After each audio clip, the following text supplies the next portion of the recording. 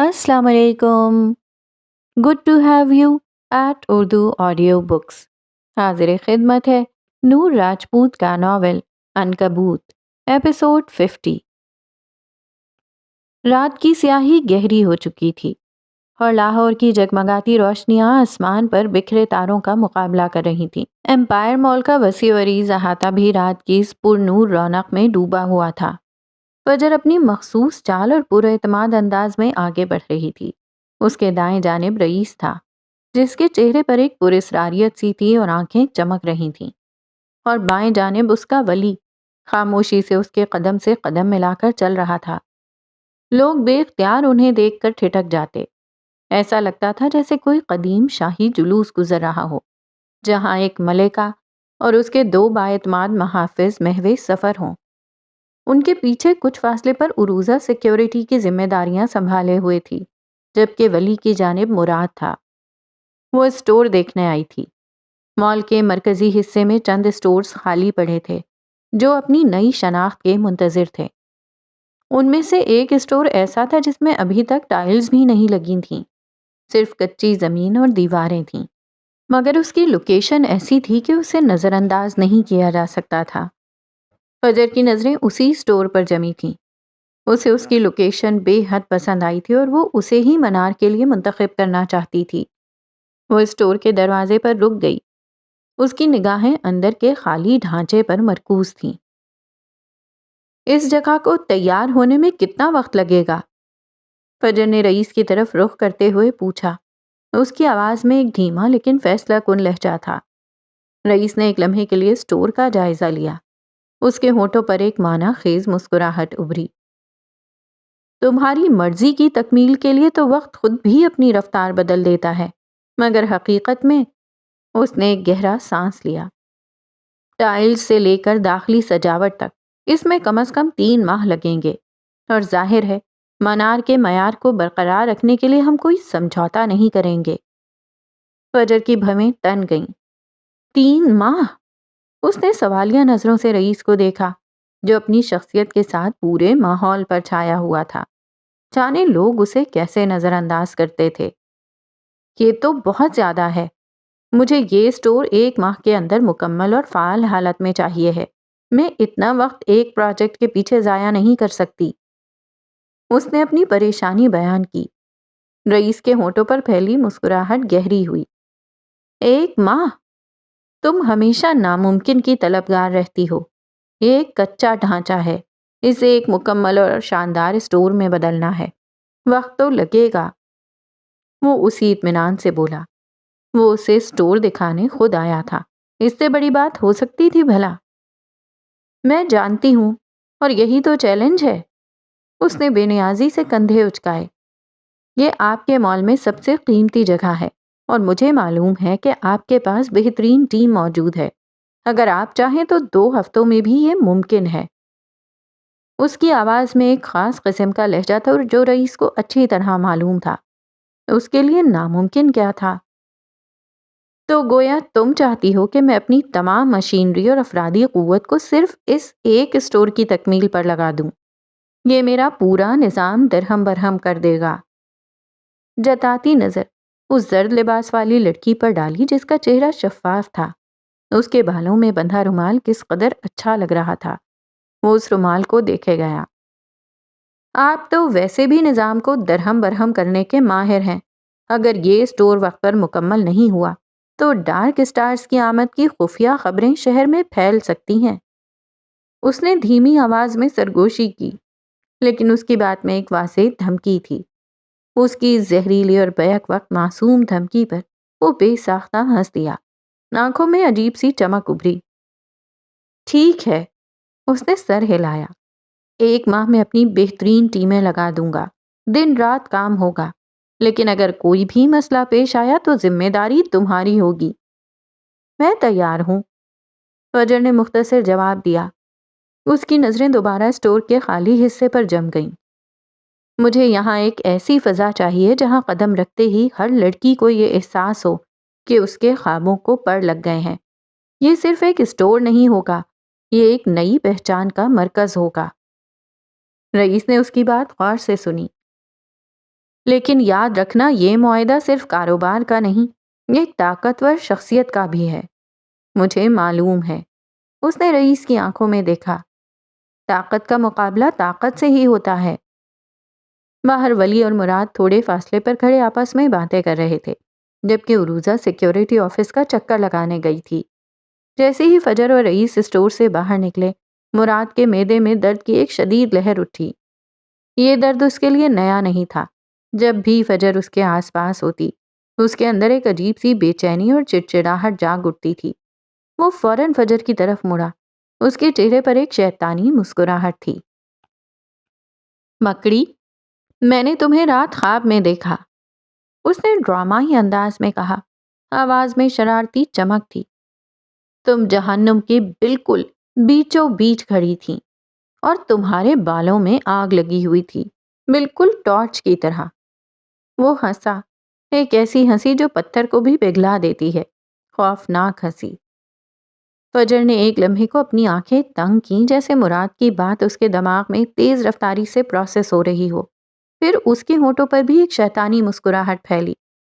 او واقعی کمال ہے، اس نے اپنے مخصوص دھیمے اور پورے اعتماد لہجے میں کہا، جس میں زہر میں ڈوبی مٹھاس تھی۔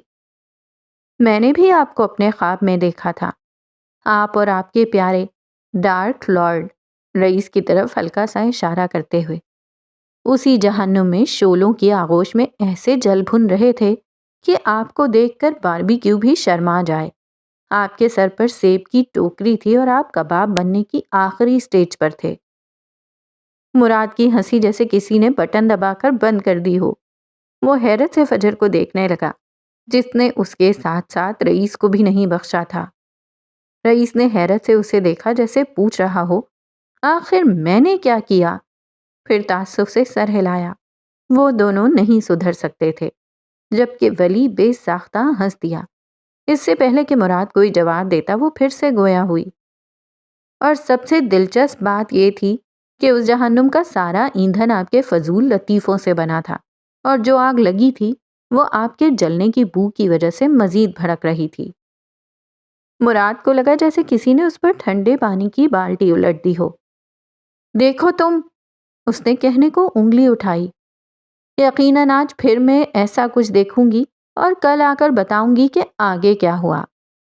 مراد نے 100 بار خود پر لعنت بھیجی، آخر پنگا لیا ہی کیوں؟ چلیں رئیس صاحب، بہت ہو گئی جہنم کی باتیں، اب مجھے آپ کی اس جنت سے باہر نکلنا ہے۔ رئیس نے اپنی دبی مسکراہٹ کو آخر کار ایک گہرے سانس دباتے ہوئے کہا، جی محترمہ، پہلے آپ۔ اس نے ہاتھ سے آگے اشارہ کیا اور وہ اپنا چشمہ آنکھوں پر جماتی آگے بڑھ گئی۔ وہی مغرورانہ چال۔ مراد ابھی بھی وہیں کھڑا تھا۔ اس نے حیرانی سے ولی کو دیکھا۔ اس کا چہرہ ابھی تک ٹماٹر کی طرح سرخ تھا۔ کیسے جھیلتے ہو اسے؟ اس کے لہجے میں اب بھی حیرانی اور ہلکی سی شکست تھی۔ وہ اپنے ذہن میں جملے بنا رہا تھا کہ اگلا حملہ اس پر کیا کرنا تھا۔ ولی نے اپنے دونوں ہاتھوں کی طرف دیکھا اور پھر کندھے اچکا دیے، کبھی کانچ لگوا کر تو کبھی کانٹا گھسوا کر۔ ہاں، بس یوں ہی گزر رہی تھی۔ رات کی سیاہی گہری ہو چکی تھی اور شہری روشنیاں فلک کے کمرے کی کھڑکی سے اندر جھانک رہی تھیں۔ لیپ ٹاپ بند تھا اور وہ سونے کی تیاری کر رہی تھی۔ اس نے اپنے گھونگھریالے شہد رنگ کے بالوں کو ڈھیلی چوٹی میں باندھ لیا اور اپنے بیڈ کے کنارے پر بیٹھی کمفرٹر کو درست کر رہی تھی۔ دن بھر کے کام کی تھکن اور فخر کے ساتھ ہونے والی تلخ گفتگو نے اسے نڈھال کر دیا تھا۔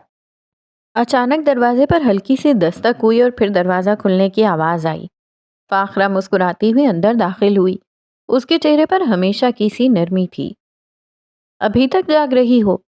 اس نے دھیمی آواز میں پوچھا اور بیڈ کی پائتانی پر بیٹھ گئی۔ بس سونے کی ہی تیاری کر رہی ہوں، آج کام زیادہ تھا۔ یہ پروجیکٹ مشکل ہے، زیادہ محنت لگتی ہے اور زیادہ طاقت بھی۔ فاخرہ نے سر ہلایا۔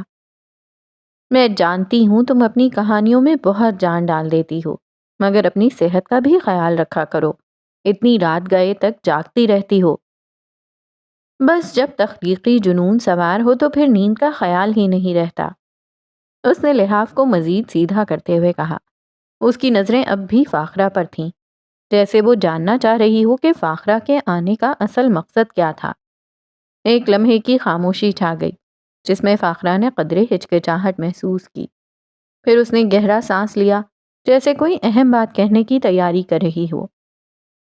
فلک، وہ میں تم سے کہنا چاہ رہی تھی کہ تم اس منگنی پر ضرور جاؤ۔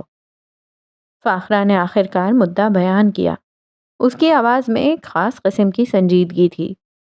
یہ سنتے ہی فلک پر جیسے حیرت کا ایک شدید صدمہ لگا۔ اس کے ہاتھ میں پکڑا کمفرٹر ساکت ہو گیا۔ اس کی آنکھیں حیرت سے پھیل گئیں۔ اسے اپنی سماعت پر یقین نہیں آ رہا تھا۔ صفدر کی منگنی، اور اسے وہاں جانے کا کہا جا رہا ہے، وہ بھی فخر کی طرف سے۔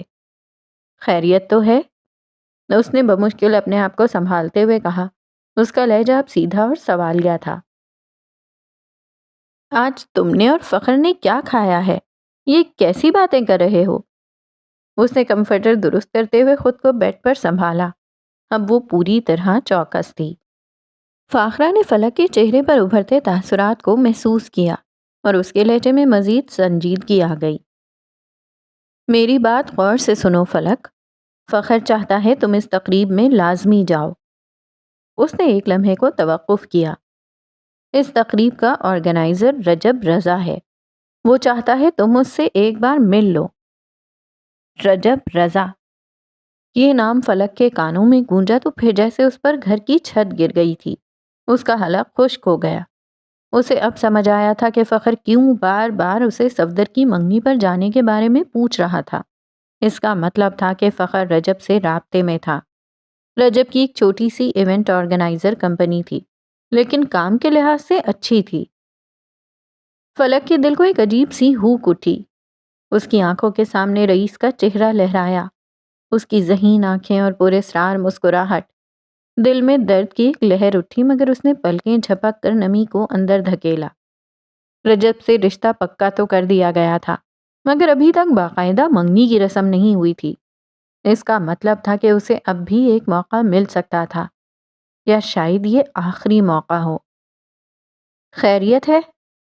فلک نے اپنے لہجے میں سختی لانے کی کوشش کی جو ناکام رہی۔ ہمارے گھر کے مرد اتنے کھلے دل بلکہ اتنے بے غیرت کب سے ہو گئے کہ وہ مجھے اس شخص کو دیکھنے کی اجازت دیں جس سے مجھے نتھی کیا گیا ہے۔ اس کا حلق کڑوا ہو رہا تھا اور اس کے اندر ایک بغاوت جاگ رہی تھی۔ فاخرہ نے اس کی تلخی کو محسوس کیا اور گہری سانس لی۔ فخر کو تمہارا احساس ہے۔ وہ چاہتا ہے کہ تم دونوں ایک بار مل لو تاکہ تمہیں مزید کوئی شکایت نہ رہے۔ یہ تمہارا مستقبل ہے فلک۔ فخر اس لیے پریشان ہے کہ تم دونوں نے کبھی ایک دوسرے کو دیکھا تک نہیں۔ ابھی تو میرا جانے کا کوئی ارادہ نہیں ہے، اس نے بات ختم کرنے کے انداز میں کہا۔ اس نے تکیہ درست کیا اور لیٹ گئی، کمفرٹر کو اپنی گردن تک کھینچ لیا جیسے دنیا سے اپنا تعلق کاٹ رہی ہو۔ فاخرہ نے اسے تعصب بھری نظروں سے دیکھا۔ وہ جانتی تھی کہ اس کی آنکھیں رئیس کے علاوہ کسی اور کو دیکھنا نہیں چاہتی، اور یہی حقیقت فخر کے لیے بھی ایک پریشانی کا باعث تھی۔ فاخرہ کو اس کی اندرونی کشمکش صاف نظر آ رہی تھی۔ ایسے موقع بار بار نہیں ملتے فلک، مل رہا ہے تو ہاتھ سے جانے مت دو۔ میں تھک گئی ہوں، مجھے نیند آ رہی ہے۔ فلک نے اپنی آنکھوں پر بازو رکھ لیا جیسے کوئی بات مزید سننا نہیں چاہتی تھی۔ فاخرہ اٹھ کھڑی ہوئی۔ اس نے ایک لمحے کے لیے اس کی طرف دیکھا، پھر دھیمی آواز میں کہا، ٹھیک ہے تم آرام کرو۔ وہ دروازے کی جانب بڑھ گئی۔ بتی بجھا دیں، اس نے بازو ہٹائے بغیر کہا تو فاخرہ نے لائٹ آف کی اور کمرے سے باہر نکل گئی، جبکہ پیچھے فلک اپنے گھائل وجود کے ساتھ لیٹی رہ گئی۔ اس کے ذہن میں رجب رضا کا نام اور رئیس کا چہرہ مسلسل گھوم رہا تھا۔ ایک غیر یقینی مستقبل اس کا منتظر تھا۔ وہ نہیں جانتی آگے کیا ہونے والا تھا، اور سو تو اب نہیں سکتی تھی۔ نیند کوسوں دور بھاگ چکی تھی۔ وہ اپنا تھکا ٹوٹا جسم اور ذہن لیے یوں ہی لیٹی رہی۔ مال سے سٹور دیکھنے کے بعد فجر رات گئے گھر واپس لوٹی۔ ولی اسے گھر چھوڑ کر خود واپس پلٹ گیا تھا۔ آج دن بھر اس نے ولی کو زیادہ نہیں دیکھا تھا، مگر جیسے ہی وہ اندر داخل ہوئی، گھر کی فضا دیکھ کر حیران رہ گئی۔ اندر ہزاروں کتابوں کے ڈھیر لگے ہوئے تھے۔ 2-3 کم عمر لڑکے کام کر رہے تھے۔ گیسٹ روم کے ساتھ والا کمرہ جہاں دن بھر کھٹ پٹ کی آوازیں آتی رہی تھیں اب تیار لگ رہا تھا۔ وہ سب کچھ حیرت سے دیکھ رہی تھی جب بانو کی نظر اس پر پڑی اور وہ لپک کر اس کی جانب آئی۔ وجو باجی یہ دیکھیں، ولی بھیا کتنی کتابیں لائے ہیں۔ وہ کہہ رہے تھے آپ کے لیے لائبریری بنوانی ہے، وہی بن رہی ہے، بانو نے پرجوش انداز میں بتایا، جبکہ فجر ابھی تک حیران تھی۔ ولی نے کہا تھا وہ لائبریری بنوا دے گا اور اس نے واقعی یہ کر دکھایا تھا، اسی لیے تو وہ آج دن بھر تقریباً غائب رہا تھا، لیکن اسے یہ دیکھ کر بالکل بھی اچھا نہیں لگا تھا۔ اس نے گہری سانس لی اور بنا کچھ کہے زینوں کی جانب بڑھ گئی۔ نیچے کام یوں ہی جاری تھا۔ فریش ہو کر جب وہ نیچے آئی تو اس کا چہرہ سپاٹ تھا۔ سمجھ نہیں آ رہا تھا کہ وہ کیسے ری ایکٹ کرے۔ بالکل خاموشی سے کھانا کھایا اور پھر وہیں لاؤنج میں بیٹھی رہی۔ اس کا ذہن خالی تھا۔ مزید 2 گھنٹے کی محنت کے بعد لائبریری مکمل طور پر تیار ہو چکی تھی۔ کام کرنے والے لڑکوں نے اسے بتایا کہ کام پورا ہو گیا ہے اور اگر وہ کوئی تبدیلی چاہتی ہے تو وہ کر دیں گے۔ فجر نے صرف گردن ہلائی اور وہ اجازت لے کر چلے گئے۔ وہ اٹھ کر لائبریری کی جانب بڑھی۔ اندر داخل ہوتے ہی اسے لگا جیسے دنیا بدل گئی ہو۔ یہ محض ایک کمرہ نہیں تھا، یہ ایک خواب تھا جو حقیقت کا روپ دھار چکا تھا۔ کمرے کی دیواروں پر گہرے چاکلیٹی رنگ کے لکڑی کے شیلف نصب تھے جو فرش سے چھت تک پھیلے ہوئے تھے۔ ان شیلفوں میں ہزاروں کتابیں نہایت سلیقے سے ترتیب دی گئی تھیں، کچھ رنگوں کے حساب سے، کچھ موضوعات کے حساب سے اور کچھ مصنفین کے حروف تہجی کے اعتبار سے۔ کتابوں کی مہک نے پورے کمرے کو اپنی لپیٹ میں لے رکھا تھا، ایک ایسی خوشبو جو فجر کے لیے دنیا کی سب سے دلکش خوشبو تھی۔ کمرے کے درمیان میں ایک نرم و گداز گہرے نیلے رنگ کا بڑا سا صوفہ رکھا تھا، جس کے ساتھ ایک چھوٹی کافی ٹیبل اور ایک لمبا پتلا لیمپ تھا جو ہلکی زرد روشنی بکھیر رہا تھا۔ کونے میں ایک خوبصورت لکڑی کی بنی ریڈنگ چیئر تھی جس پر ایک گرم کمبل رکھا تھا، جیسے کسی نے ابھی ابھی وہاں بیٹھ کر پڑھا ہو۔ کھڑکی کے پاس ایک چھوٹی سی میز اور کرسی رکھی تھی۔ پوری لائبریری میں ایک عجیب سی پرسکون اور علمی فضا چھائی ہوئی تھی۔ یہ ہر لحاظ سے فجر کی شخصیت کا عکس تھی۔ کئی لمحے وہ سینے پر ہاتھ باندھے لائبریری کو دیکھتی رہی۔ اس کی آنکھوں کی جلن اچانک سے بڑھ گئی تھی۔ پھر اس نے صوفے پر ایک جانب گرتے ہی ولی کا نمبر ملایا۔ اسکرین پر ابھی بھی بہروپیہ آدمی چمک رہا تھا۔ پہلی ہی بیل پر فون اٹھا لیا گیا۔ کہیے، کیسا لگا سرپرائز؟ ولی کی آواز میں مسرت صاف جھلک رہی تھی۔ یہ کیا کیا ہے تم نے؟ اس کی آواز میں حیرت، شکر گزاری اور ہلکا سا غصہ بھی شامل تھا۔ کیوں کیا؟ کس سے پوچھ کر کیا؟ تمہیں پسند نہیں آئی کیا؟ اس کا لہجہ فکریہ تھا۔ پسند؟ فجر نے اپنی زہریلی ہنسی ضبط کی۔ یہ سب کر کے کیا ثابت کرنا چاہتے ہو؟ تمہیں لگتا ہے میں تم سے یوں متاثر ہو جاؤں گی؟ لہجہ طنزیہ تھا۔ اس لیے بنوائی ہے کیونکہ یہ تمہارا خواب ہے اور میں تمہارا ولی ہوں۔ تمہاری پسند ناپسند کا خیال رکھنا میری ذمہ داری ہے۔ میرے خوابوں کی فہرست بہت لمبی ہے، تم خود کو بھی بیچ دو تو پورے نہ کر پاؤ۔ تمسخر اڑاتا انداز تھا۔ وہ چند لمحے چپ رہا، پھر اس کی نرم سی آواز ابھری، بیگم آپ خواب دیکھیں، پورے کرنے کی کوشش میں کروں گا۔ اس کی آواز میں سنجیدگی تھی۔ وہ کئی لمحے کچھ بول ہی نہ پائی۔ یہ آدمی واقعی اپنے کہے پر عمل کرتا تھا۔ تمہیں یہ سب کرنے کی ضرورت نہیں ہے۔ کئی لمحوں بعد اس کی آواز سنائی دی۔ وہ اب آنکھیں مسل رہی تھی، البتہ آواز میں پہلے جیسی تلخی نہیں تھی۔ میں نہیں کروں گا تو کون کرے گا؟ اس کا الٹا سوال ابھرا۔ پیسے کہاں سے آئے اتنے؟ فجر نے اس کا سوال نظر انداز کیا۔ دوسری جانب خاموشی چھا گئی۔ امیر باپ سے لیے ہیں یا امیر کبیر ماموں سے؟ وہ چاہ کر بھی نرم رویہ نہیں رکھ پا رہی تھی۔ تمہارے خوابوں کو پورا کرنے کے لیے مجھے ان کے پیسوں کی ضرورت نہیں ہے۔ وہ بھی خفا ہوا۔ اچھا تو پھر؟ ایک ریکارڈنگ فروخت کی ہے اپنی۔ یہ وہی ریکارڈنگ تھی جس کے لیے جارج اور نیل آپس میں لڑتے تھے۔ وہ اسے بیچنا نہیں چاہتا تھا، مگر اس کے لیے کچھ بھی۔ فجر نے گہری سانس لی، الفاظ دم توڑ گئے۔ وہ چند لمحے لیمپ سے نکلتی زرد روشنی کو گھورتی رہی۔ میرے لیے یہ سب مت کرو۔ وہ کافی دیر بعد گویا ہوئی، لہجے میں ہلکا سا احتجاج تھا۔ یہ میرا حق ہے، آپ مجھے روک نہیں سکتی۔ وہ اسی سنجیدگی سے بولا، خیر رات کافی ہو گئی ہے، آرام کریں، شب بخیر۔ اس نے بنا کچھ کہے سنے فون بند کر دیا۔ فجر نے ایک نظر فون کی اسکرین کو دیکھا اور پھر اٹھ کھڑی ہوئی۔ لائبریری کی بتی بجھاتی وہ باہر نکل گئی۔ رات کا گہرا سکوت کمرے کی دیواروں میں مقید تھا۔ باہر ہواؤں کا شور جیسے کوئی آج سے بین کر رہا ہو۔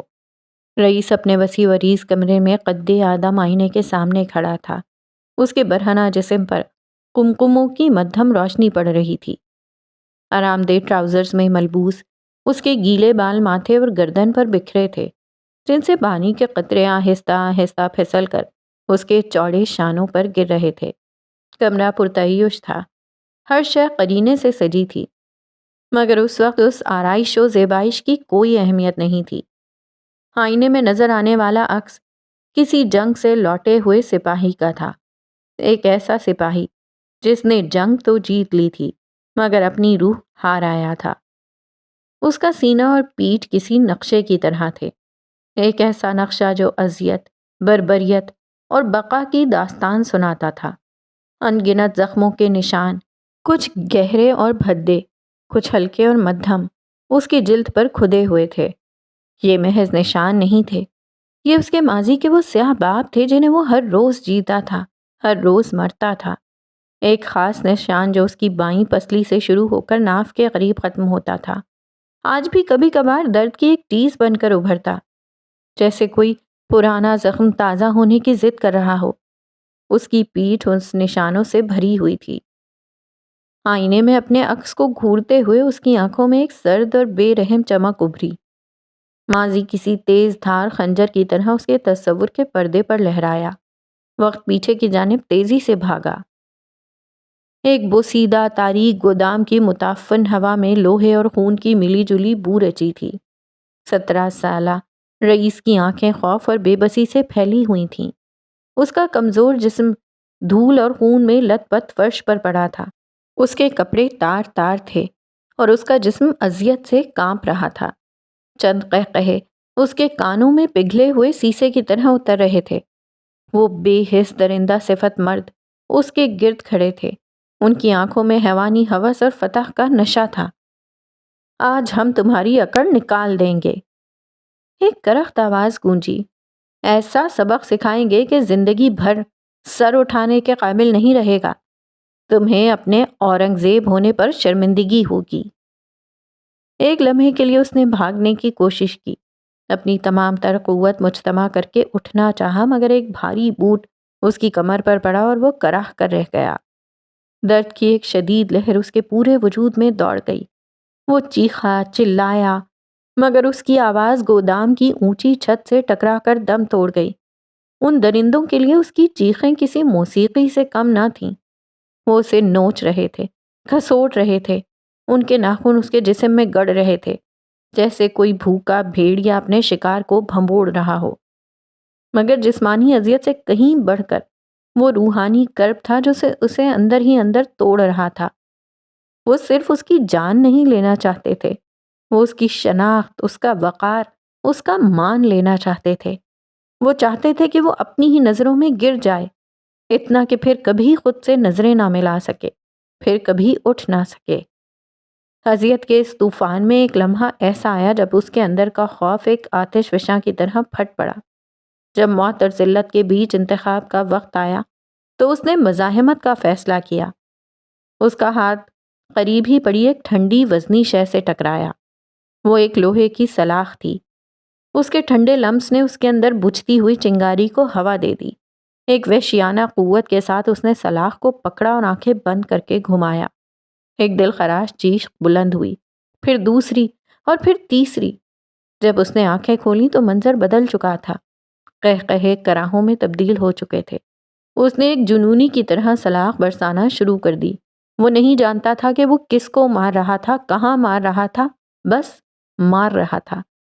اسی افراتفری میں ایک سلاخ دہکتے کوئلوں پر گری۔ لمحوں میں وہ سلاخ دہکنے لگیں۔ ان میں سے ایک درندے نے وہی دہکتی ہوئی سرخ سلاخ اٹھائی اور اس کی پیٹھ پر رکھ دی۔ ایک ایسی چیخ اس کے حلق سے نکلی جو انسانی نہیں لگتی تھی۔ جلتے ہوئے گوشت کی بو نے گودام کی فضا کو مزید زہریلا کر دیا، مگر یہ اذیت اس کے جنون کو کم نہ کر سکی۔ اس نے آخری وار کیا اور اپنی تمام تر بچی کچی ہمت مجتمع کر کے دروازے کی طرف بھاگا۔ اس کا وجود جل رہا تھا، خون رس رہا تھا، مگر اس وقت اسے صرف بھاگنا تھا، اس جہنم سے دور، بہت دور، بہت دور۔ اور وہ بھاگ آیا تھا، بہت دور۔ اس نے بہت اونچی اڑان بھر لی تھی۔ آج وہ سب سے بلند تھا، آج وہ ایک سلطنت کا رئیس تھا۔ مگر کچھ گھاؤ ایسے ہوتے ہیں جو روح تک کو گھائل کر جاتے ہیں، کچھ گھاؤ جو کبھی نہیں بھرتے۔ پانی کا ایک قطرہ اس کے ماتھے سے پھسل کر اس کی آنکھ میں گرا اور وہ خیالوں کی دنیا سے باہر آ گیا۔ اس نے آئینے میں اپنا عکس دیکھا۔ اس کی آنکھوں میں اب خوف نہیں، بلکہ ایک سرد آگ دہک رہی تھی۔ وہ 17 سالہ لڑکا اسی گودام میں مر چکا تھا۔ جو وہاں سے نکلا تھا وہ کوئی اور تھا، ایک ایسا شخص جس نے اپنی روح کو اذیت کی بھٹی میں جلا کر فولاد بنا لیا تھا۔ اس کے لبوں پر ایک تلخ مسکراہٹ ابھری۔ اس کے دشمنوں نے اسے توڑنا چاہا تھا، مگر اس نے خود کو ایک ایسے عفریت میں بدل دیا تھا جو اب کسی کے قابو میں نہیں آنے والا تھا۔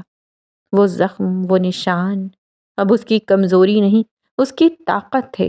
وہ اسے ہر لمحہ یاد دلاتے تھے کہ دنیا کتنی بے رحم ہے اور زندہ رہنے کے لیے کتنا بے رحم بننا پڑتا ہے۔ اس نے ہاتھ بڑھا کر آئینے کو چھوا۔ اس کا لمس برف کی طرح سرد تھا۔ تم نے مجھے مارنا چاہا تھا۔ وہ اپنے عکس سے مخاطب ہوا۔ اس کی آواز میں ایک بھیانک گونج تھی۔ دیکھو، میں آج بھی زندہ ہوں اور تم سب مر چکے ہو۔ یہ کہہ کر وہ مسکرایا، ایک ایسی مسکراہٹ جس میں فتح کا غرور تو تھا مگر خوشی کا شائبہ تک نہیں تھا۔ یہ ایک ایسے شخص کی مسکراہٹ تھی جس نے سب کچھ چھن جانے کے بعد سب کچھ حاصل کر لیا تھا، مگر اس قیمت پر کہ وہ خود کو ہمیشہ کے لیے کھو چکا تھا۔ یہاں ہر شخص سروائیور ہے، ہر شخص نے اپنی بقا کے لیے جانے کیا کچھ کھیلا ہے۔ اس نے بھی جھیلا تھا، مگر یہ یادیں اس کی کمزوری نہیں تھیں، اس کی خوراک تھیں، اس کا ایندھن تھیں۔ اس کے پلتے افرید انہی یادوں سے خوراک کشید کرتے تھے۔ ایک آخری نظر خود پر ڈال کر اس نے گنگناتے ہوئے شرٹ اٹھا کر پہن لی۔ مضبوط جسم چھپ گیا۔ تبھی اس کے وسیع بیڈ پر پڑا فون جگمگا اٹھا۔ اس کی تیز روشنی نے کمرے کے نیم تاریک ماحول کو چیرا۔ اس نے رخ موڑ کر دیکھا۔ اسکرین پر جلی حروف میں ہاسپٹل لکھا چمک رہا تھا۔ اس کے چہرے کے تاثرات نہیں بدلے مگر آنکھوں میں ایک گہری شکاری چمک ابھر آئی۔ اس نے فون اٹھا کر کان سے لگایا۔ ہیلو؟ اس کی بھاری بھرکم آواز میں وہی بے رحمی تھی جو کچھ دیر پہلے اس کے عکس میں تھی۔ سر، آپ وزٹ کر سکتے ہیں۔ دوسری طرف سے ایک محتاط وحشہ ورانہ نسوانی آواز ابھری۔ رئیس نے کوئی جواب نہیں دیا۔ ایک لمحے کی خاموشی کے بعد اس نے فون کاٹ دیا، جیسے مزید کچھ سننے یا کہنے کی ضرورت ہی نہ ہو۔ 5 منٹ بعد وہ رئیس مینشن کے عالی شان پورچ میں کھڑا تھا، سادہ سیاہ شرٹ، ٹراؤزر اور پیروں میں چپل پہنے۔ یہ شخص اس رئیس سے یکسر مختلف تھا جسے دنیا بزنس میٹنگز اور جگمگاتی پارٹیوں میں دیکھتی تھی۔ اس نے انگلیوں سے اپنے گیلے بالوں کو بے ترتیبی سے پیچھے کیا۔ اسے گیراج کی طرف جاتا دیکھ کر ڈیوٹی پر موجود مستعد گارڈز آگے بڑھے مگر اس نے صرف ہاتھ کے ایک سرد اشارے سے انہیں وہیں روک دیا۔ چند لمحوں بعد ایک سیاہ طاقتور گاڑی کی ہیڈ لائٹس نے رات کو چیرا اور وہ رئیس مینشن کے خودکار گیٹوں سے باہر نکل گئی۔ روشنیوں میں نہایا ہوا سفید مینشن پیچھے یوں کھڑا رہ گیا جیسے کوئی سفید ہاتھی اپنے مالک کے سیاہ رازوں کا خاموش گواہ۔ آدھے گھنٹے کی ڈرائیو کے بعد اس کی گاڑی شہر کے ایک پرائیویٹ مہنگے اسپتال کے سامنے رکی۔ یہ اسپتال کم اور ایک پرسکون سینیٹوریم زیادہ لگتا تھا جو امیروں کو ان کے ناپسندیدہ رشتہ داروں سے آرام دینے کے لیے بنایا گیا تھا۔ وہ پورے اعتماد قدم اٹھاتا اندر داخل ہوا۔ راہداریوں میں موت جیسی خاموشی اور دواؤں کی ملی جلی بو تھی۔ وہ ایک مخصوص کمرے کے سامنے رکا جس پر کوئی نام نہیں تھا، صرف ایک نمبر درج تھا۔ اس نے بغیر دستک دیے دروازہ کھولا اور اندر داخل ہو گیا۔ کمرے میں مدھم روشنی تھی۔ سامنے ہی ایک شخص وہیل چیئر پر بیٹھا تھا، جس کا سر ایک طرف بے جان انداز میں ڈھلکا ہوا تھا۔ آنکھیں چھت پر کسی نادیدہ نقطے پر جمی تھیں۔ کمرے کی ہوا میں مایوسی اور شکست کی بو رچی تھی۔ رئیس کے قدموں کی آہٹ پر وہیل چیئر پر بیٹھے شخص نے آہستہ سے سر اٹھانے کی کوشش کی۔ جیسے ہی اس کی نظر رئیس کے وجود پر پڑی، اس کی سبز آنکھوں میں زندگی کی ایک لہر دوڑی، شدید، ناقابل بیان خوف کی لہر۔ آنکھیں یوں پھٹ پڑیں جیسے اس نے موت کے فرشتے کو اپنی آنکھوں کے سامنے دیکھ لیا ہو۔ اس نے اپنے مفلوج ہاتھ اٹھانے کی کوشش کی، زبان ہلانے کی جدوجہد کی، مگر اس کے حلق سے ایک گھٹی گھٹی خوفناک گھرگھراہٹ کے علاوہ کچھ نہ نکلا۔ اپنے وقت کا وجی اور مغرور فرقان گردیزی اس وقت خوف اور دہشت کا ایک زندہ مجسمہ تھا۔ یہ منظر ہر چند مہینوں بعد دہرایا جاتا تھا۔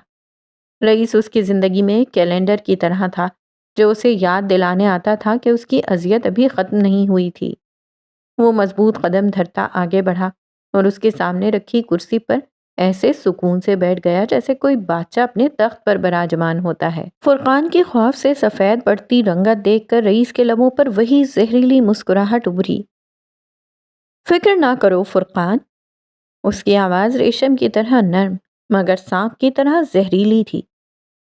میں تمہیں مارنے نہیں آیا اور نہ ہی کبھی ماروں گا۔ موت تو ایک نعمت ہے، ایک لمحے کا سکون، اور میں تمہیں سکون کیوں دوں؟ اس نے جیب سے ایک مہنگا سکار اور سونے کا لائٹر نکالا۔ وہ اسے تبھی پیتا تھا جب اسے شدید غصہ آتا یا پھر وہ کسی گہرے دباؤ میں ہوتا تھا، اور آج کل دونوں ہی عروج پر تھے۔ لائٹر کی آگ بھڑکی تو ایک لمحے کے لیے رئیس کا چہرہ اور اس کی آنکھوں میں جلتی آگ روشن ہوئی۔ اس نے سگار کا ایک گہرا کش لیا اور دھوئیں کا ایک مرغولہ فرقان کے خوفزدہ چہرے پر چھوڑا جو اس کی آنکھوں میں چبھنے لگا۔ تمہارے لیے یہی سزا کافی ہے، اس نے کرسی سے ٹیک لگاتے ہوئے سرد لہجے میں کہا، کہ تمہارا اپنا سگا بھائی تمہیں ایک معذور اور نفسیاتی مریض بنا کر یہاں قید کیے ہوئے۔ دنیا کے لیے تم مر چکے ہو فرقان، اور جو زندہ ہے وہ برہان گردیزی ہے۔ وہ اب غور سے فرقان کے ہر تاثر کو دیکھ رہا تھا، اس کے خوف اور درد سے لطف اندوز ہو رہا تھا۔ تمہیں پتہ ہے، تمہارے دیے گئے زخم آج بھی میرے جسم پر نقش ہیں۔ میں نے کبھی انہیں مٹانے کی کوشش نہیں کی۔ وہ میری ٹرافیاں ہیں، وہ یادگاریں ہیں جو بتاتی ہیں کہ انسان کتنا گر سکتا ہے۔ وہ ایک لمحے کو رکا، سگار اس کے لبوں میں دبا تھا۔ اور پتہ ہے میں یہاں بار بار کیوں آتا ہوں؟ فرقان کی آنکھوں سے آنسو بہنے لگے۔ وہ کچھ کہنا چاہتا تھا مگر اس کی زبان اس کا ساتھ نہیں دے رہی تھی۔ تمہارا شکریہ ادا کرنے۔ رئیس نے آگے جھکتے ہوئے سرگوشی کی۔ اس کی آنکھوں میں ایک جنونی چمک تھی۔ اگر تم لوگوں نے اس رات 17 سال کے اس لڑکے کی روح کو نہ مارا ہوتا تو آج یہ رئیس نامی افرید کبھی جنم نہ لیتا۔ تم نے مجھے توڑنا چاہا تھا اور تم نے مجھے فولاد بنا دیا۔ تم نے مجھے خوف سکھانا چاہا تھا اور تم نے مجھے سکھا دیا کہ خوف کو ہتھیار کیسے بناتے ہیں۔ وہ اٹھ کھڑا ہوا اور فرقان کے سر پر جھکا۔ اس کی سانسیں فرقان کے چہرے کو چھو رہی تھیں۔ یہ دنیا ایک جنگل ہے اور یہاں کمزور شکار بن جاتا ہے۔ تم نے مجھے شکار بنایا تھا اور میں نے اس جنگل کا سب سے خطرناک شکاری بننا سیکھ لیا۔ میں دنیا کو وہی لوٹا رہا ہوں جو دنیا نے مجھے دیا، درد، اذیت، بے رحمی۔ یہ سب تمہارا ہی تحفہ ہے۔ وہ سانس لینے کو رکا۔ تم یقیناً جاننا چاہتے ہوگے کہ وہ سب سہنے کے باوجود اور یہ سب کرنے کے بعد میں پورے قد سے کیسے کھڑا ہوتا ہوں، میں گرتا کیوں نہیں ہوں، میں ہمیشہ کیسے جیت جاتا ہوں۔ اس کی سرگوشیاں سانپ جیسی تھیں۔ اس دنیا میں بہت سے شیطان، بہت سے عفریت ہوں گے، مگر میں خود کی نظروں میں معتبر کیوں ہوں؟ کیونکہ میں اپنی چوائسز کو اون کرتا ہوں، میں انہیں تاج کی طرح سجاتا ہوں۔ میں نے تمہیں مارا نہیں، یہ میری چوائس ہے۔ میں زندہ ہوں، تم بھی زندہ رہو گے، حساب برابر۔ یہ کہہ کر اس نے آخری بار فرقان کی ابلتی ہوئی آنکھوں میں دیکھا اور ایک فاتحانہ مسکراہٹ کے ساتھ مڑ گیا۔ وہ کمرے سے باہر نکل گیا، پیچھے فرقان گردیزی کو اس کی ویل چیئر، اس کی خاموش چیخوں اور اس زندہ جہنم کے ساتھ تنہا چھوڑ کر، جس کا معمار وہ خود تھا۔ خالی راہداری میں وہ ہولے ہولے آگے بڑھ رہا تھا۔ ہاں، وہ دنیا کو وہی لوٹاتا تھا جو اسے ملتا تھا۔ وہ عزت دینے والوں کو عزت دیتا تھا، وفا کرنے والوں پر جان وار دیتا تھا، جبکہ بے وفائی کی سزا موت، جبکہ اذیت کا بدلہ اذیت اور جان کا بدلہ جان تھی۔ وہ اصول پسند آدمی تھا اور اس کے اصولوں میں حساب برابر رکھنا سرِ فہرست تھا۔ شہر کے شور و غل سے میلوں دور، شہر کے شور و غل سے میلوں دور یہ فارم ہاؤس زمین پر جنت کا ایک ٹکڑا تھا۔ کئی کنالوں پر پھیلا یہ محض ایک عمارت نہیں، بلکہ رئیس کی ایک چھوٹی سی سلطنت تھی، جہاں دنیا کے قوانین نہیں، صرف اس کی مرضی چلتی تھی۔ دھوپ سنہری تھی اور ہوا میں گھاس، مٹی اور آزادی کی خوشبو رچی تھی۔ ایک طرف شیشے کی طرح چمکتا ایک وسیع استبل تھا، جہاں دنیا کے بہترین نسل کے گھوڑے اپنی طاقت پر اتراتے تھے۔ اس کے ساتھ ہی گھڑ سواری کے لیے ایک گول ٹریک بنا تھا، اور اس کے پار جدید ترین ہیوی بائک سے قطار میں کھڑی تھیں، جیسے لوہے کے بنے ہوئے جنگلی جانور اپنے مالک کے حکم کے منتظر ہوں۔ فارم ہاؤس کے دوسرے کونے میں بنے شوٹنگ رینج میں گولیوں کی آواز گونج رہی تھی۔ عروزہ جمال سیاہ تنگ پینٹ اور گہرے سبز رنگ کی ٹی شرٹ میں ملبوس ایک نئی اسالٹ رائفل کی ٹیسٹنگ کر رہی تھی۔ اس کا نشانہ ہمیشہ کی طرح پکا تھا، ہر گولی ٹھیک نشانے پر لگ رہی تھی، مگر آج اس کے ساتھ ایک اور وجود تھا، جو نہ صرف اس کے نشانے کی برابری کر رہا تھا، بلکہ اس کی حرکات میں ایک خاص بے فکری اور دلکشی تھی۔ ولی اسی طرح کے آرام دہ لباس میں تھا، اس کے ساتھ کھڑا ایک اور ٹارگٹ پر فائرنگ کر رہا تھا۔ ہر فائر کے بعد وہ مسکرا کر عروزہ کی طرف دیکھتا، جیسے یہ کوئی سنجیدہ کام نہیں بلکہ ایک کھیل ہو۔ روبوٹ کے سرکٹس کپ کے کھانے کے بعد بھی ٹھیک کام کر رہے ہیں، امپریسو۔ اس نے ایک میگزین بدلتے ہوئے شرارت سے کہا۔ عروزہ کے سنجیدہ چہرے پر ایک لمحے کے لیے کوئی تاثر نہ ابھرا، مگر پھر اس کے لبوں کے کونے بمشکل دکھائی دینے والی ایک جنبش کے ساتھ اوپر اٹھے۔ میرے سرکٹس ہمیشہ ٹھیک کام کرتے ہیں، اسکار۔ اس کی آواز میں معمول کی سرد مہری کی جگہ ایک ہلکی سی نرمی تھی۔ البتہ تمہاری صلاحیت تمہارے لاؤبالی پن سے کہیں زیادہ ہے۔ تم نے یہ سب کہاں سے سیکھا؟ یہ پہلا موقع تھا کہ اس نے ولی کی ذات میں دلچسپی ظاہر کی تھی۔ ولی نے کندھے اچکائے، اس کی آنکھوں میں ایک گہری چمک تھی، جس میں ماضی کے کئی راز دفن تھے۔ کچھ کہانیاں بندوق کی گولیوں سے زیادہ خطرناک ہوتی ہیں، انہیں وقت آنے پر ہی سنا جاتا ہے۔ کوئی اتنی لمبی چوڑی کہانی نہیں تھی۔ قید سے رہائی کے بعد سیکھا تھا اس نے۔ سیکھا کیوں تھا، یہ سب جانتے ہیں۔ اسی لمحے ٹریک کی طرف سے ٹاپوں کی آواز ابھری۔ رئیس اپنے پسندیدہ سفید گھوڑے رستم پر سوار تھا، سفید پولو شرٹ اور ٹراؤزرز میں۔ وہ کسی عفریت کی طرح لگ رہا تھا، طاقت، وقار اور بے پناہ حاکمیت کا مجسمہ۔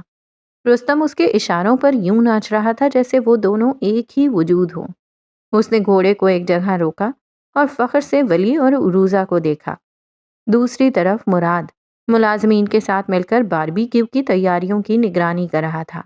اس کے چہرے پر اطمینان تھا، جیسے اس خاندان کو یوں خوش دیکھنا ہی اس کی سب سے بڑی خوشی ہو۔ کیا بات ہے بیبی برو؟ رئیس کی گونجدار آواز فضا میں بلند ہوئی۔ ان مشینوں سے تو ہر کوئی کھیل لیتا ہے، ہمت ہے تو اس زندہ طوفان کا مقابلہ کرو۔ اس نے محبت بھری للکار کے ساتھ رستم کی گردن تھپ تھپائی۔ یہ سنتے ولی کے چہرے پر ایک دھیمی مسکراہٹ پھیل گئی۔ اس نے اپنی گن میز پر رکھی۔ چیلنج قبول ہے بگ بی، لیکن پھر یہ مت کہیے گا کہ نئی ٹیکنالوجی نے پرانی طاقت کو پیچھے چھوڑ دیا۔ اور پھر یہ نظارہ دیکھنے کے لیے ایک طرف رئیس کا سفید گھوڑا رستم تھا جو طاقت اور فطرت کا شاہکار تھا، اور دوسری طرف ولی ایک چمکتی ہوئی سیاہ ہیوی بائک کی طرف بڑھ رہا تھا جو انسانی ذہانت اور رفتار کی علامت تھی۔ اس نے بائک اسٹارٹ کی تو اس کے انجن کی دہاڑ نے فارم ہاؤس کی خاموشی کو چیر دیا۔ رستم نے اس آواز پر بے چینی سے ہنہنا کر اپنے اگلے پاؤں ہوا میں اٹھائے۔ رئیس نے اسے قابو کیا۔ اس کی آنکھوں میں فخر اور محبت کی چمک تھی۔ ایک چکر استبل سے لے کر اس پرانے برگد کے درخت تک اور واپسی۔ رئیس نے اعلان کیا۔ مراد اور عروزہ بھی اب ٹریک کے پاس آ کھڑے تھے۔ عروزہ کی نظریں ان دونوں پر جمی تھیں۔ وہ ان ماموں بھانجے کے اس بندھن کو دیکھ رہی تھی جس میں جنون بھی تھا، محبت بھی، اور ایک دوسرے کو ہر میدان میں آزمانے کا جذبہ بھی۔ اشارہ ملتے ہی دو مختلف طاقتیں ایک ساتھ حرکت میں آئیں۔ رستم کے ٹاپوں نے زمین پر جیسے زلزلہ برپا کر دیا۔ وہ ایک سفید شہاب ثاقب کی طرح آگے بڑھا۔ اس کی رفتار خالص، وحشی اور بے لگام تھی۔ رئیس اس کی پیٹھ پر یوں بیٹھا تھا جیسے وہ ہوا میں تیر رہا ہو، اس کے بال ہوا میں لہرا رہے تھے۔ دوسری طرف ولی کی بائک ایک سیاہ سائے کی طرح زمین پر پھسل رہی تھی۔ انجن کی چیختی ہوئی آواز اور ٹائروں کی گرفت نے اسے ایک برقی تیر بنا دیا تھا۔ ٹریک کے سیدھے حصوں پر بائک گھوڑے کو پیچھے چھوڑ دیتی، مگر جیسے ہی موڑ آتا یا زمین ناہموار ہوتی، رستم اپنی فطری طاقت اور لچک سے بازی لے جاتا۔ یہ صرف رفتار کی جنگ نہیں تھی، یہ دو نسلوں، دو فلسفوں اور دو محبت کرنے والے دلوں کا مقابلہ تھا۔ رئیس کے چہرے پر خالص خوشی اور فخر تھا، جبکہ ولی کی آنکھوں میں چیلنج تھا۔ آخری موڑ پر دونوں تقریباً برابر تھے۔ بائک کا انجن اپنی آخری حدوں کو چھو رہا تھا اور رستم کی سانسیں طوفان کی طرح چل رہی تھیں۔ فائنل لائن پر بائک کے پہیے اور رستم کے اگلے قدم نے تقریباً ایک ہی وقت میں لکیر کو عبور کیا۔ ایک لمحے کے لیے خاموشی چھا گئی، صرف انجن کے ٹھنڈا ہونے کی ٹک ٹک اور گھوڑے کی گہری سانسوں کی آواز باقی رہ گئی۔ پھر رئیس کا بلند و بالا قہقہا گونجا، ایک ایسا قہقہا جو صرف اپنے عزیز ترین شخص کے لیے مخصوص تھا۔ وہ گھوڑے سے اترا اور ولی کی طرف بڑھا، جو بائک سے اتر کر ہیلمٹ اتار رہا تھا۔ اس کے بال پسینے سے بھیگے تھے۔ Well done! رئیس نے آگے بڑھ کر اس کے کندھوں پر ہاتھ رکھا۔ اس کی آنکھوں میں وہ بے پناہ محبت اور فخر تھا۔ یہ خالص تھا، بنا کسی مطلب کے، بنا کسی کدورت کے۔ اس نے ولی کو اپنی طرف کھینچا اور اس کا پسینے سے بھیگا ہوا ماتھا چوم لیا۔ یہ اتنا اچانک ہوا تھا کہ پل بھر کے لیے ولی بھی ساکت رہ گیا۔ اس کے اندر جذبات و احساسات کا ایسا سمندر پھوٹا کہ حلق میں آنسوؤں کا گولا سا اٹک گیا۔ یہی محبت چاہیے تھی اسے رئیس سے، اس شخص سے جو اس کی ماں کا پسندیدہ تھا، جو اس کی ماں سے جڑا تھا۔ رئیس نے ولی کو مضبوطی سے گلے لگا لیا۔ اس لمحے میں وہ بے رحم ڈارک لارڈ نہیں، بلکہ صرف ایک بگ بی تھا، جسے اپنے بھانجے پر دنیا کی ہر چیز سے زیادہ فخر ہو رہا تھا۔ اس ایک لمحے کو وہ سالوں سے جینا چاہتا تھا، مگر اس کا اپنا کوئی ساتھ نہیں تھا۔ کبھی کبھی سب ہوتے ہوئے بھی انسان رشتوں کو ترستا تھا، اور اس رشتے نے اس کے سارے شک دور کر کے اس کے دل تک جگہ بنا لی تھی۔ اس کے آنے سے سب کتنا پرفیکٹ ہو گیا تھا۔ عروزہ دور کھڑی یہ منظر دیکھ رہی تھی۔ اس کی نظر ولی پر تھی جو اب لاؤبالی انسان کی طرح خوشی سے جھومتے ہوئے ان کی جانب بڑھ رہا تھا۔ یس یس، میں جیت گیا، میں جیت گیا۔ وہ اچھل رہا تھا۔ یہ خالص جذبات تھے۔ پھر عروزہ نے گردن تھوڑا دائیں جانب گرائی تو ولی کا وجود مبہم ہوا، اور اس کے پیچھے رئیس کا وجود واضح ہوا۔ وہ ایک ہاتھ پینٹ کی جیب میں ڈالے مسکراتے ہوئے آگے بڑھ رہا تھا۔ اس کے بال ہوا سے اڑ رہے تھے۔ اس کی چال میں فتح اور طمانینت تھی۔ وہ مسکرا رہا تھا اور اس کی نظریں اپنے سے آگے چہکتے ہوئے ولی پر تھیں۔ وہ آج خوش تھا کیونکہ اس کے پیچھے رئیس تھا۔ رئیس خوش تھا کیونکہ اس کے آگے ولی تھا۔ آج عروزہ کو رئیس کا وہ روپ نظر آیا تھا جو دنیا سے پوشیدہ تھا، ایک محبت کرنے والا، حفاظت کرنے والا وجود، اور ولی جو کل تک اس کے لیے صرف ایک نشان زدہ چہرے والا ساتھی تھا، آج اسے اس سلطنت کا حقیقی وارث نظر آ رہا تھا۔ اس کے دل میں پہلی بار احترام کے ساتھ ایک عجیب سے احساسات نے جنم لیا۔ شاید روبوٹ کے اندر بھی کوئی انسانی جذبہ بیدار ہو رہا تھا۔ یہ سب کتنا پرفیکٹ تھا نا، بالکل خواب جیسا۔ ہر انسان کی زندگی میں وہ چند لمحے ضرور آتے ہیں جب لگتا ہے زندگی پرفیکٹ ہے، جیسے کوئی فیری ٹیل چل رہی ہو، سب ہماری مرضی کے مطابق ہو رہا ہوتا ہے۔ اس وقت رئیس کو یہی لگ رہا تھا، سب اس کی مرضی کے مطابق چل رہا تھا۔ ولی کے نزدیک سب ٹھیک ہو رہا تھا۔ عروزہ اور مراد خوش تھے کہ وہ رئیس کو دھوکہ نہیں دے گا، مگر سب بھول گئے تھے خوابوں کی عمر زیادہ لمبی نہیں ہوتی۔ وہ سب کس قدر تیزی سے خوفناک انجام کی طرف بھاگ رہے تھے انہیں اندازہ بھی نہیں تھا۔ کاش کے وقت یہیں رک جاتا، کاش۔ فجر لاؤنج میں شیشے کی میز پر پھیلے کاغذات اور ایک ٹیبلٹ کے ساتھ بیٹھی تھی۔ اس کی تمام تر توجہ ایمپائر مال میں کھلنے والے نئے اسٹور کے انٹیریئر ڈیزائن پر مرکوز تھی۔ وہ بلو پرنٹس اور 3D ماڈلز کا گہرائی سے جائزہ لے رہی تھی۔ اس کا ذہن رنگوں، روشنیوں اور فرنیچر کی ترتیب میں پوری طرح غرق تھا۔ باہر کی دنیا سے بے خبر وہ اپنے کام میں اس قدر منہمک تھی کہ اسے آہٹ تک سنائی نہ دی۔ فجر آپ ہی؟ ایک جانی پہچانی مگر کمزور سی آواز نے اس کی سوچ کا تسلسل توڑ دیا۔ اس نے چونک کر سر اٹھایا اور سامنے کا منظر دیکھ کر ساکت رہ گئی۔ لاؤنج کے دروازے پر صفدر اور روحی کھڑے تھے۔ صفدر کے چہرے پر ایک عجیب سی شکستگی اور التجا تھی، مگر فجر کی آنکھیں سیدھا روحی پر جا ٹھہریں۔ کیمو تھراپی نے اس کے چہرے کی رونق چھین لی تھی۔ وہ زرد اور نڈھال لگ رہی تھی اور اس نے اپنے سر کو ایک ہلکے گلابی اسکارف سے ڈھانپا ہوا تھا۔ اس کی جسمانی کمزوری کے باوجود اس کی آنکھوں میں وہی پرانی ضد اور چمک تھی۔ فجر کے ماتھے پر بل پڑ گئے۔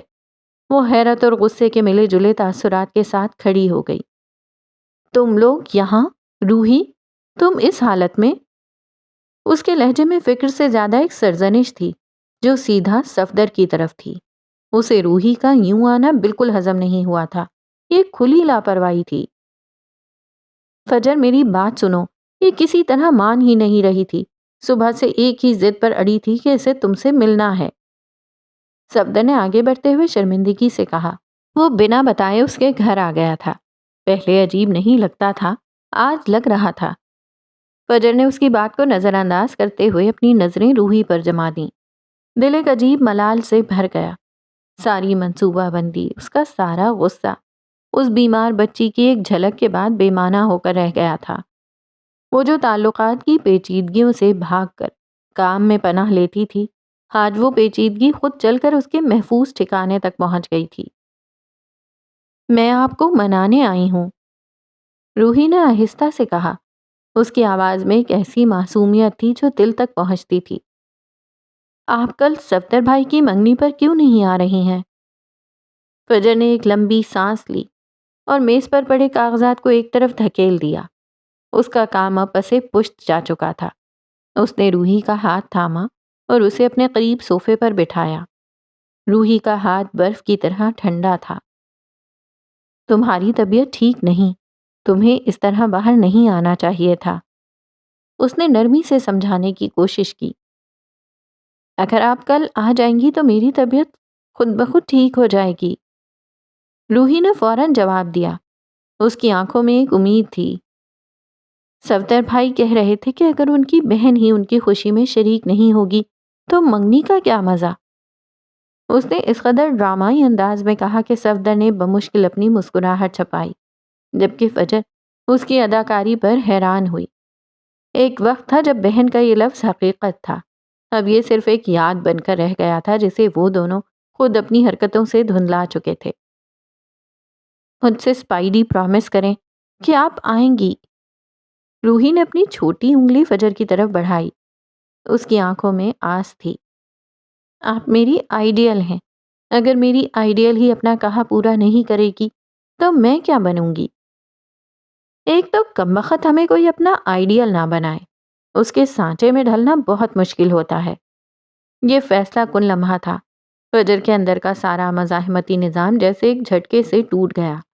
ایک بیمار بچی کا خلوص، اس کی محبت اور اس کی معصوم دھمکی نے اسے مکمل طور پر نہتہ کر دیا۔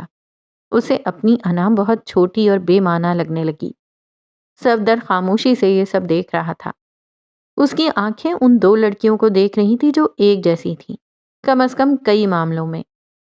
بالآخر اس نے ایک گہری شکست خوردہ سانس لی اور آہستہ سے اپنی انگلی روحی کی انگلی میں پھنسا دی۔ ٹھیک ہے، اس کی آواز بمشکل نکلی، میں آؤں گی۔ یہ سننا تھا کہ روحی کا مرجھایا ہوا چہرہ خوشی سے دمک اٹھا۔ اس نے کمزوری کے باوجود فجر کے گرد باہیں پھیلا دیں۔ مجھے پتا تھا آپ میرا دل نہیں توڑیں گی۔ سامنے بیٹھے صفدر کے چہرے پر سکون کی ایک لہر دوڑ گئی، مگر اس سکون میں بھی ایک اداسی چھپی تھی۔ وہ جانتا تھا کہ فجر صرف اور صرف روحی کی وجہ سے مانی تھی۔ کافی دیر ٹھہرنے کے بعد جب وہ چلے گئے تو لاؤنج میں ایک گہرا سکوت چھا گیا۔ فجر وہیں صوفے پر بے دم سی بیٹھی رہی۔ اس کی نظریں میز پر بکھرے ڈیزائنز پر پڑیں جو اب اسے بے رنگ اور بے معنی لگ رہے تھے۔ آج اس کے اصول ایک معصوم ضد کے سامنے ہار گئے تھے۔ وہ کل منگنی میں ضرور جائے گی، مگر ایک بھاری دل کے ساتھ، یہ جانتے ہوئے کہ کچھ رشتے صرف دوسروں کی خوشی کے لیے نبھائے جاتے ہیں، دل سے نہیں۔ رات کافی ہو چکی تھی لیکن اس کی آنکھوں سے نیند دور تھی۔ وہ اپنے واک ان کلازٹ میں کھڑی تھی، جہاں کپڑوں کی قطاریں اور جوتوں کے ڈھیر اس کے منتظر تھے۔ اس کی نظریں کسی ایک چیز پر ٹک نہیں پا رہی تھیں۔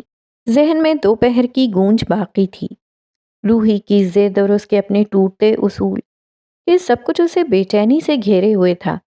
وہ جو کام میں پناہ لیتی تھی، آج کام بھی اسے بے رنگ لگ رہا تھا۔ اسی کشمکش میں تھی کہ اس کے فون کی گھنٹی بجی۔ اسکرین پر فلک کا نام جگمگا رہا تھا۔ اس نے ایک لمبی سانس لی اور کال اٹھائی۔ ہیلو فلک۔ فجر کی آواز میں ایک عجیب سی تھکان تھی۔ دوسری طرف سے فلک کی آواز آئی جس میں ہمیشہ کی سی شوخی نہیں تھی، بلکہ ایک پریشانی اور الجھن صاف جھلک رہی تھی۔ رسمی علیک سلیک کے بعد اس نے پوچھا، کیا کر رہی ہو؟ کچھ خاص نہیں، بس دیکھ رہی ہوں کل کیا پہنوں۔ اس کی نظریں سامنے لٹکتی ایک سیاہ ساڑی پر تھیں، جس کی خوبصورتی اس وقت اسے بے معنی لگ رہی تھی۔ فلک کی جانب سے لمحہ بھر کے لیے خاموشی چھا گئی۔ وہ جانتی تھی کہ فجر کے لیے یہ بات کہنا کتنا غیر معمولی تھا۔ کیا مطلب؟ کس کے لیے؟ کہیں جا رہی ہو؟ اس کے ذہن میں فوراً کل رات والی ساری بحث گھوم گئی جب فجر نے صاف انکار کر دیا تھا کہ وہ صفدر کی منگنی کی تقریب میں نہیں جائے گی۔ فجر نے ایک گہری سانس لی اور اپنی آنکھیں بند کر لیں۔ صفدر کی منگنی کے لیے۔ اس کی آواز میں ایک بیزاری تھی، زبردستی، اصولوں سے پیچھے ہٹنے کی تکلیف۔ تم نے تو کہا تھا تم نہیں جا رہی، بالکل صاف صاف کہا تھا۔ اس کے لہجے میں حیرت کے ساتھ تعصب بھی تھا۔ ان دونوں میں بہت زیادہ بے تکلفی نہیں تھی، لیکن اب وہ صرف اس کی پروجیکٹ پارٹنر ہی نہیں بلکہ اب کزن بھی تھی۔ اس لیے فلک کو فجر کے ایسے بدلے ہوئے فیصلے پر حیرت ہوئی جس سے وہ خود پریشان دکھائی دے رہی تھی۔ اس کے سوال پر فجر نے ایک ٹھنڈی آہ بھری اور کپڑوں کی لٹکتی ریل کو ہلکے سے چھوا۔ میں نے یہی کہا تھا اور میں اپنے فیصلوں پر قائم رہتی ہوں، لیکن آج صفدر اور روحی آئے تھے۔ فلک کی آواز میں فوری تشویش ابھری۔ روحی؟ وہ تمہارے گھر آئی تھی؟ اس کی تو طبیعت بھی ٹھیک نہیں رہتی۔ وہ مجھے منانے آئی تھی کہ میں ضرور آؤں۔ فجر کی آواز میں ایک عجیب سی بے بسی تھی۔ میرا سارا غصہ، ساری ناراضگی اس بیمار بچی کی معصومیت کے سامنے بے معنی ہو کر رہ جاتی ہے۔ میں اس کا دل نہیں توڑ پاتی۔ فلک کچھ دیر خاموش رہی۔ شاید وہ فجر کے دل کی کیفیت کو سمجھنے کی کوشش کر رہی تھی۔ وہ ایک رائٹر تھی، اگر انسانوں کی نفسیات بھی نہ سمجھ پاتی تو پھر تف تھا اس پر۔ ہاں میں سمجھ سکتی ہوں، لیکن اندر کہیں کچھ ٹوٹا تھا۔ تو تم صرف روحی کے لیے جاؤ گی؟ صرف اس کے لیے؟ فجر نے مضبوطی سے کہا، جیسے اس لفظ پر زور دے کر خود کو یقین دلا رہی ہو۔ صفدر نے جو کچھ کیا، میں اس کے ساتھ پہلے جیسی کبھی نہیں رہ سکتی، لیکن روحی، وہ اس سب میں بے قصور ہے۔ کچھ رشتے واقعی ایسے ہوتے ہیں کہ انہیں بس نبھانا پڑتا ہے، چاہے دل نہ بھی چاہے۔ فلک سے بہتر یہ کون جانتا تھا؟ وہ بدقت مسکرائی۔ شاید یہ تقریب ان سب کے لیے بہترین ثابت ہو جاتی۔ یہ سوچتے ہوئے اس نے ساری پریشان سوچوں کو خود سے دور جھٹکا۔ اچھا بتاؤ اب کیا پہن رہی ہو؟ اس نے بات کا رخ بدلا۔ ان کا کام وہیں پیچھے رہ گیا جس کے لیے اس نے فون کیا تھا۔ ایک فارمل لہنگا اسکرٹ ہے، ساتھ خوبصورت سا بلاؤز یا پھر مرون ساڑی، دونوں ہی اچھے ہیں۔ ابھی تک فیصلہ نہیں کیا۔ تقریبات اٹینڈ کرنا دنیا کا سب سے مشکل کام ہے، مجھے کچھ سمجھ نہیں آ رہا۔ ایک تھکی ہوئی سرد آہ ابھری۔ تم جو بھی پہنو گی اچھی لگو گی۔ اس کا لہجہ نرم تھا۔ ایک لمحے کے توقف کے بعد اس کا لہجہ بدل گیا۔ لیکن اس سے پہلے مجھے تم سے کچھ اہم بات کرنی ہے۔ ہلکی پریشانی ابھری۔ فجر چونکی، پھر خاموشی سے سننے لگی۔ فلک نے اسے اپنے گھر میں ہونے والی گفتگو سنائی، رجب رضا کا ذکر کیا، فخر کی پیشکش، فاخرہ کی ضد، اور وہ دھبی ہوئی گھٹن زدہ کشمکش جس میں اسے دھکیلا جا رہا تھا۔ فجر کے لیے یہ پہلا موقع تھا جب وہ کسی لڑکی کی ذاتی زندگی کے بارے میں سن رہی تھی۔ وہ اپنی ذاتی زندگی کسی سے شیئر نہیں کرتی تھی، اور نہ اسے کبھی کسی کی ذاتی زندگی جاننے کے بارے میں دلچسپی ہوئی تھی، لیکن اب وہ سن رہی تھی، یوں جیسے وہ اچھی دوست ہوں۔ اور فلک نے بھی پہلی بار اپنی نجی زندگی کے کسی پہلو کو یوں لفظوں کا روپ دیا تھا۔ فجر سنتی رہی، خاموش، گہری، سوچ میں ڈوبی۔ سب سننے کے بعد وہ بالآخر بول پڑی۔ تمہیں جانا چاہیے، صرف اس لیے نہیں کہ سب چاہتے ہیں، بلکہ تمہیں خود بھی جاننے کا حق ہے۔ کشمکش میں زندگی کے بڑے فیصلے دفن نہیں ہونے چاہیے۔ جبکہ فلک خاموش رہی۔ رئیس کا چہرہ، اس کی مسکراہٹ، اس کی موجودگی اب بھی دل کے کسی کونے میں ایک سائے کی طرح چھپی ہوئی تھی، لیکن وہ اس پر بات نہیں کرنا چاہتی تھی۔ اس نے فجر کو رئیس کے بارے میں نہیں بتایا۔ ٹھیک ہے، آہستہ سے کہا گیا، جیسے خود کو بھی قائل کر رہی ہو۔ تو پھر ہم ایک جیسے کپڑے پہنیں گے۔ پل بھر میں اس کا لہجہ بدل گیا۔ کیوں؟ سوال تو سادہ تھا، بس پس منظر میں حیرت تھی۔ بس ویسے ہی، اچھا لگے گا۔ اس کا لہجہ نرم تھا، کچھ معصوم سا۔ تو بتاؤ کیا پہن رہی ہو؟ یہ مرون ساڑی۔ فجر نے ایک لمحے کو سوچا، جیسے اپنے اندر کے کسی اصول کو توڑ رہی ہو۔ میں ساڑی نہیں پہن سکتی، نہ میرے پاس ہے، لیکن میرے پاس مرون سوٹ ہے، وہ پہن لوں گی، فلک نے جواب دیا۔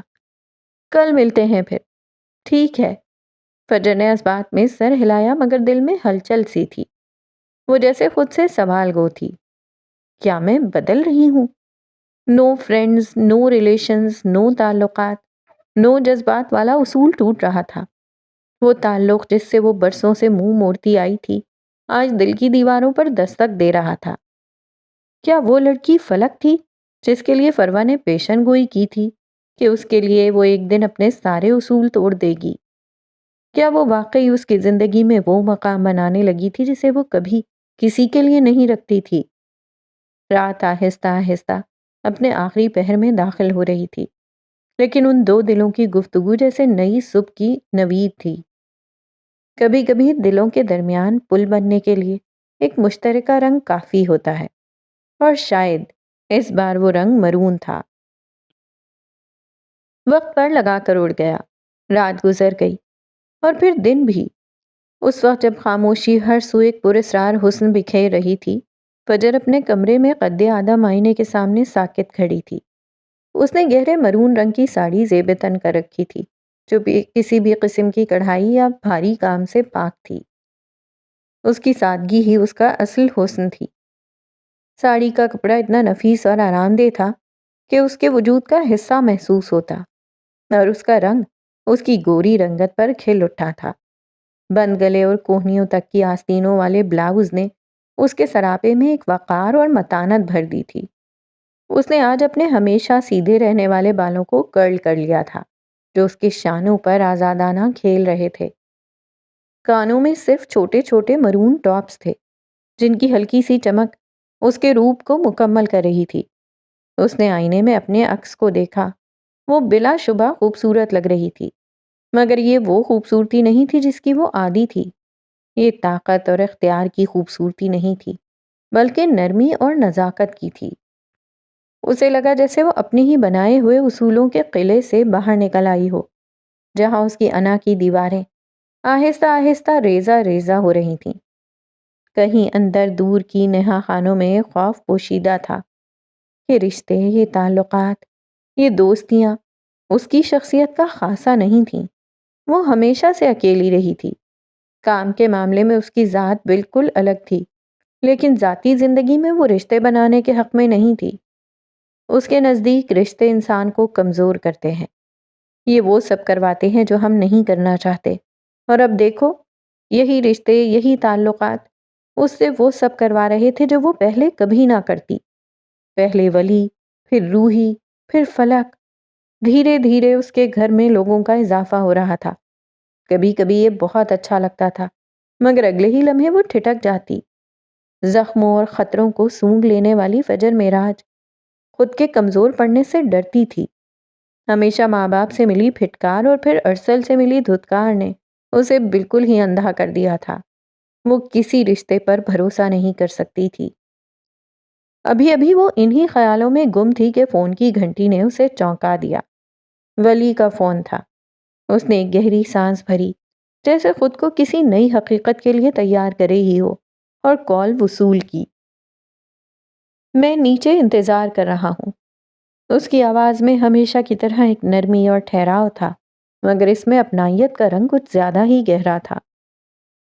فجر نے بیزاری سے پلکیں جھپکائیں۔ میں نے کہا تھا میں خود چلی جاؤں گی، تمہیں زحمت کرنے کی کیا ضرورت تھی؟ اس کے لہجے میں فکر سے زیادہ ایک مصنوعی خفگی تھی، جیسے کوئی باس اپنے ملازم کو ہدایات پر عمل نہ کرنے پر ڈانٹ رہا ہو۔ دوسری طرف سے ولی کی ایک دھیمی ہنسی سنائی دی، جو فون پر بھی دل کو چھو رہی تھی۔ معذرت بیگم، لیکن کبھی کبھی شوہر کے فرائض پرسنل اسسٹنٹ کی ذمہ داریوں پر حاوی ہو جاتے ہیں، اور آج میرے شوہر والے فرائض کا حکم ہے کہ میں آپ کو لینے آؤں۔ اب آ جائیں، زیادہ دیر نہ کریں۔ اس کے لہجے میں شرارت اور حق کا ایسا حسین امتزاج تھا کہ وہ فجر کے اندر تتلیوں جیسا احساس جگا گیا، مگر دماغ میں بجتی گھنٹی نے اسے مسکرانے نہیں دیا۔ آرڈرز نہ ماننے کی عادت ہو گئی ہے تمہیں، وہ زیر لب بڑبڑائی اور پھر اپنا کلچ اٹھایا اور کمرے سے باہر نکل گئی۔ آج اس کے قدموں میں وہ معمول کی تیزی نہیں تھی، بلکہ ایک سکون اور ٹھہراؤ تھا۔ نیچے اماں اور بانو ہمیشہ کی طرح جانے کس ڈرامے پر گہرے تبصرے کر رہی تھی۔ فجر چاہتی تھی وہ دونوں ساتھ چلیں، مگر انہوں نے صاف منع کر دیا۔ ان رنگ برنگی امیروں کی محفلوں میں ہمارا کیا کام؟ اماں کی منطق الگ تھی۔ وہ نہیں جانا چاہتی تھیں۔ انہیں مصروف دیکھ کر وہ خدا حافظ کہتی باہر نکلنے لگی۔ کس کے ساتھ جا رہی ہو؟ اماں کی کڑک سی آواز ابھری۔ ولی لینے آیا ہے، اس نے رک کر جواب دیا۔ کیوں؟ اماں کا لہجہ نہ بدلا۔ یہ آپ اسی سے پوچھ لیں، میں نے منع کیا تھا۔ اس نے پلٹ کر اماں کو دیکھا، اور اماں نے اسے۔ وہ آج بھی انتظار کر رہی تھی کہ فجر انہیں خود بتائے کہ اس کا ولی سے کیا رشتہ تھا، مگر وہ کبھی ڈسکس نہیں کرتی تھی۔ بانو اور اماں آپس میں خسر پھسر کرتی رہتی، مگر اس کے سامنے یوں بن جاتی جیسے انہیں کچھ معلوم ہی نہ ہو۔ وہ پلٹنے لگی کہ پھر سے اماں کی آواز سنائی دی۔ لہجے کی کڑک قائم رہی۔ لڑکے سے کہو رشتہ لائے۔ وہ جھٹکے سے رکی۔ بانو نے ٹی وی کی آواز بند کی۔ تمہیں کیا لگتا ہے میں اتنی اندھی ہوں جو مجھے اس کی حرکتیں نظر نہیں آئیں گی؟ اماں، وہ احتجاجاً بولی۔ اس وقت یہ انہوں نے کون سی بحث چھیڑ لی تھی؟ وہ جاننا چاہتی تھیں آخر فجر کے دل میں اس کے لیے کچھ تھا یا نہیں۔ ارسل کے معاملے میں تو وہ آسمان سر پر اٹھائے رکھتی تھی، مگر اب تو کچھ کہتی سنتی ہی نہیں تھی۔ پہلے تو لڑتی جھگڑتی تھی اور اسی لڑائی جھگڑے میں ساری باتیں اماں تک پہنچ جاتی تھیں، مگر اب تو اس نے چپ کا روزہ رکھ لیا تھا۔ اگر تمہیں وہ پسند ہے تو اسے کہو رشتہ بھیجے، ورنہ یوں راتوں کو تمہیں لینے نہ آئے۔ اماں نے گویا اپنا فیصلہ سنایا۔ فجر کے گال تپ گئے، مگر پھر اس نے ایک گہری سانس لی۔ اس ساڑی میں وہ آفت لگ رہی تھی، اور اماں کے سامنے بے بس۔ اب کیا کہتی اماں سے کہ وہ اس کا شوہر تھا، اسی لیے آتا تھا۔ اماں نے اپنا فیصلہ سنا کر نظریں اس سے پھیر لیں، جبکہ وہ چند لمحے اماں کو دیکھتی رہی، پھر بنا کچھ کہے دروازہ کھول کر باہر نکل گئی۔ اس کی پریکٹیکل لائف میں اتنے مسائل تھے، پھر وہ کہاں سے اپنی ازدواجی زندگی کے متعلق سوچ پاتی؟ سچ تو یہ تھا کہ زندگی بس گزر رہی تھی۔ اس پہچان بنانے کے چکر میں وہ زندگی جینا بالکل بھول چکی تھی۔ اور پھر زندگی تو وہ لوگ جیتے ہیں جو زندہ ہوں۔ اس نے تو موت اپنے ہاتھوں سے چنی تھی۔ جب وہ پورچ میں پہنچی تو ولی گاڑی کے ساتھ ٹیک لگائے کھڑا اس کا منتظر تھا۔ سیاہ پینٹ پر مرون ڈریس شرٹ اس کی وجیح شخصیت پر اچھی لگ رہی تھی۔ جیسے ہی اس کی نظر فجر پر پڑی، وہ جہاں تھا وہیں ٹھہر گیا۔ اس کی آنکھیں ستائش سے پھیل گئیں اور ایک لمحے کے لیے جیسے دل دھڑکنا بھول گیا۔ وہ ہمیشہ سے خوبصورت تھی، اس سے کون انکاری تھا؟ اس نے فجر کو سینکڑوں بار دیکھا تھا، میٹنگز میں، دفتر میں، سنجیدہ اور پروفیشنل انداز میں، مگر آج وہ فجر معراج نہیں تھی، وہ صرف فجر تھی جو مرون رنگ میں ڈوبی ہوئی تھی، نرم لہراتے بالوں کے ساتھ اس کے سامنے کھڑی تھی۔ اس کا سادہ لباس اور اس کا پروقار سراپا ولی کے سیاہ اور مرون لباس کے ساتھ مل کر ایک ایسی ہم آہنگی پیدا کر رہا تھا جیسے کائنات نے یہ منظر خاص طور پر ان دونوں کے لیے ترتیب دیا ہو۔ وہ بندھے بالوں میں اچھی لگتی تھی، مگر کھلے بالوں میں اس سے بھی زیادہ اچھی لگ رہی تھی۔ اس کے اندر احساسات کا ایک طوفان امڑ آیا، یوں جیسے کسی نے وقت کو روک دیا ہو۔ یہ وہ عورت تھی جس کے تیز جملے پتھر کا سینہ چیر دیتے تھے، آج ایک حسین نظم کی طرح اس کے سامنے کھڑی تھی۔ اس کی سانسیں بے ترتیب ہو رہی تھیں اور دل کی دھڑکن کانوں میں سنائی دے رہی تھی۔ اس نے بمشکل خود پر قابو پایا اور قدم بڑھا کر اس کے قریب آیا۔ کتھئی آنکھوں میں ستائش، حیرت اور ایک گہری محبت کی ایسی چمک تھی جو کسی نے پہلے کبھی نہیں دیکھی تھی۔ تم سے ملنے سے پہلے نہیں جانتا تھا کہ کوئی شخص اتنا حسین بھی ہو سکتا ہے۔ تم وہ خواب ہو جو میں نے کبھی دیکھا ہی نہیں، کیونکہ تم وہ حقیقت ہو جس کی میں نے ہمیشہ تمنا کی ہے۔ اس کی آنکھوں میں اپنے لیے دیوانگی کی حد تک پسندیدگی دیکھی تو ایک عجیب سی طمانینت فجر کے وجود میں پھیل گئی، مگر اس کا خرافاتی دماغ اسے کچوکے لگا رہا تھا۔ وہ اسے ان لمحات کو کبھی جینے نہیں دے گا۔ زخموں کو سونگھ لینے والی اس کی وہ حس کبھی سوتی نہیں تھی۔ یقین نہیں ہوتا کہ تمہیں اس روپ میں سب سے پہلے دیکھنے کا حق صرف میرا ہے۔ میں اللہ سے دعا کروں گا یہ حق ہمیشہ میرے پاس رہے۔ جب بھی تم اتنی حسین لگو، سب سے پہلے تم پر میری نظر پڑے۔ فجر نے گہری سانس لی اور پھر نظریں اٹھا کر اسے دیکھا۔ اگر میں کسی بورڈ میٹنگ کے لیے اتنی حسین لگوں تو کیا تب بھی تم میٹنگ روم کے دروازے پر پہلا حق جتانے کے لیے کھڑے ہوگے؟ ولی کے لبوں پر ایک دلکش مسکراہٹ نمودار ہوئی۔ اس نے فجر کے لیے گاڑی کا دروازہ کھولتے ہوئے جھک کر کہا، تمہارے لیے تو میں جہنم کے دروازے پر بھی کھڑا ہو سکتا ہوں۔ اس کے جواب پر فجر اپنی بے ساختہ مسکراہٹ ضبط کرتے گاڑی میں بیٹھ گئی۔ فلرٹ کے معاملے میں انگریزوں سے کوئی نہیں جیت سکتا۔